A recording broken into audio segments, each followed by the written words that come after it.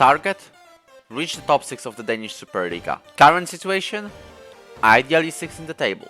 1 point ahead of Odense. Next fixtures? North Zealand and Copenhagen twice, because of the cup quarterfinals. Then Aalborg and Sunderjyske, and we end that with the derby against Aarhus. Is this possible? The fixtures might be hard, but I think so. So let's do it. We played the first game of 2024 against North Zealand, which featured our former loanee in Lasse Koulibaly playing for the opponents. And he scored. To make matters worse, Ingvarsson doubled the lead 15 minutes later. Giovanni Dos Santos may have scored, but it wasn't enough. We did not have a good enough performance, and we lost, dropping to 7th. Now, remember the last time when we played Copenhagen and got a memorable draw at Parkwen with massive luck on our side? Remember that very well, because we've just lost 3 goals in the first half, while creating no chances to help us.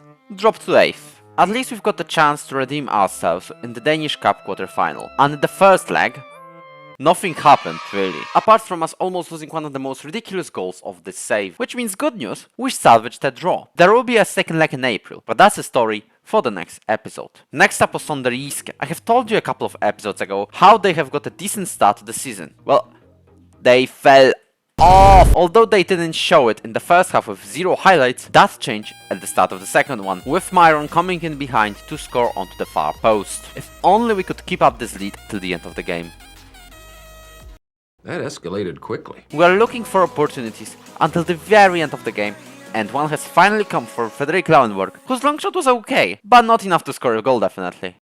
Meanwhile Vekic, the home side's goalkeeper, had other ideas. His unsuccessful attempt to save it with one hand led to a Randers goal and a win as a result. Another great opportunity to gather 3 points came against another side deep in the relegation zone, Aalborg. I'm wondering, how did they sign a former Watford player in Christian Kabasele though? Not only he's a great defender for the Danish league as a whole, but he also dropped in this banger!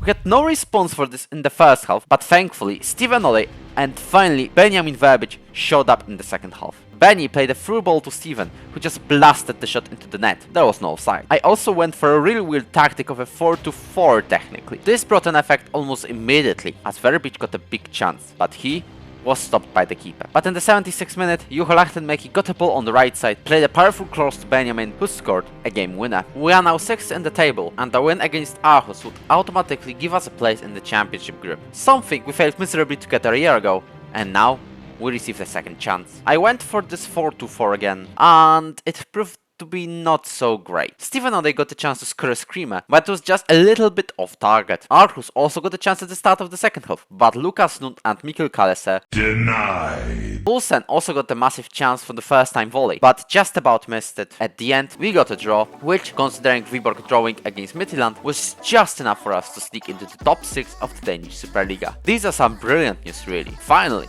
we've done it, and now we're happily looking forward to the future. We'll end this episode with 2 more good news. The first one is a youth intake, which was supposed to be mid, but it turned out we've got a couple of really decent players in 2 wingers of Jakob Johansen and Theis Jorgensen, a centre back in Søren Gundulund and a striker in Morten Ransborg. Oh, and also, why did they get a keeper again? And the second good news, after reaching the Danish Superliga's top 6, Randers FC chairman proposed a new deal for Woj, who gladly accepted it. This means he'll continue with Randers for the next 2 years at least.